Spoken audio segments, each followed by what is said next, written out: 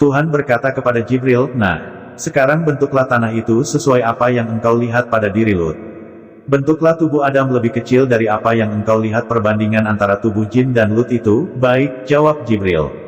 Maka dibentuklah tubuh Adam oleh Jibril. Saat pemolesan terakhir, Tuhan menempatkan sedikit rahasianya atau ilmunya ke dalam tubuh Adam.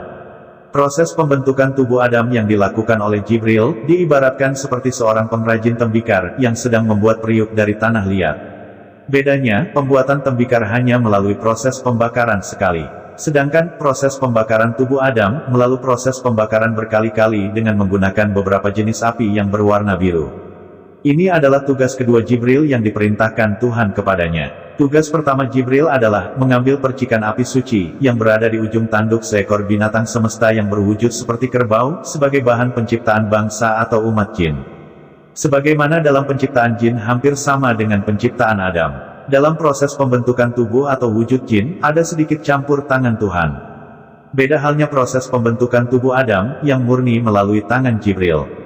Setelah tubuh Adam terlihat baik atau sempurna menurut ciptaan Tuhan, kemudian Tuhan meniupkan ruh ciptaannya ke dalam tubuh Adam, maka bersinlah Adam untuk pertama kalinya, dan dijawab oleh Tuhan dan Jibril.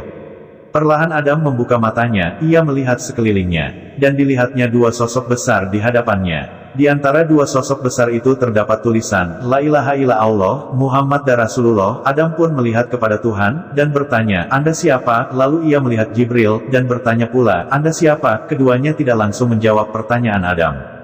Tuhan lalu bertanya kepada Jibril sambil tersenyum, "Apakah dia bisa melihatku?" Sambil tertawa, Tuhan berkata lagi kepada Jibril, "Sepertinya cahaya yang engkau beri di matanya kelebihan. Kurangi cahaya di matanya." Lalu Jibril segera melaksanakan perintah Tuhan, maka dikurangilah cahaya di mata Adam, hingga dia hanya melihat wujud Jibril saja. Kemudian Jibril menjawab pertanyaan Adam, "Aku adalah Jibril," dan Tuhan pun menjawab pertanyaan Adam, "Aku adalah Tuhanmu dan Tuhan Jibril, dan Tuhan semesta alam, akulah yang menciptakan alam semesta ini beserta segala sesuatunya, termasuk dirimu." Adam lalu memfokuskan penglihatannya pada tulisan yang menempel di antara Tuhan dan Jibril. Kembali ia bertanya, "Siapakah Muhammad? Mengapa namanya ada dalam tulisan itu? Mengapa bukan namaku yang ada di tulisan itu? Aku ingin bertemu dengannya. Apakah dia serupa denganku?" Lalu Tuhan menghadirkan Muhammad berupa cahaya yang kita sebut dengan Nur Muhammad. Muhammad berkata kepada Adam, "Hai Adam, apakah engkau mencariku?" "Ya, aku mencarimu, aku ingin melihat wujudmu, di manakah engkau berada?" jawab Adam. Muhammad berkata lagi kepada Adam, "Baik, jika engkau memaksa, bagaimana kalau kita bermain?" tanya Muhammad kepada Adam.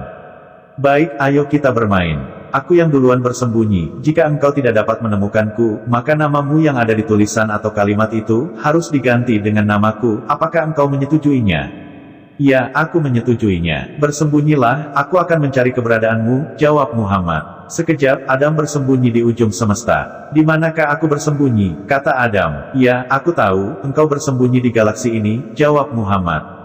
Karena diketahui persembunyiannya, maka Adam mencari persembunyian lagi. Dalam aksinya ini, susunan alam semesta yang telah tertata rapi, dibongkar oleh aksi perbuatannya itu.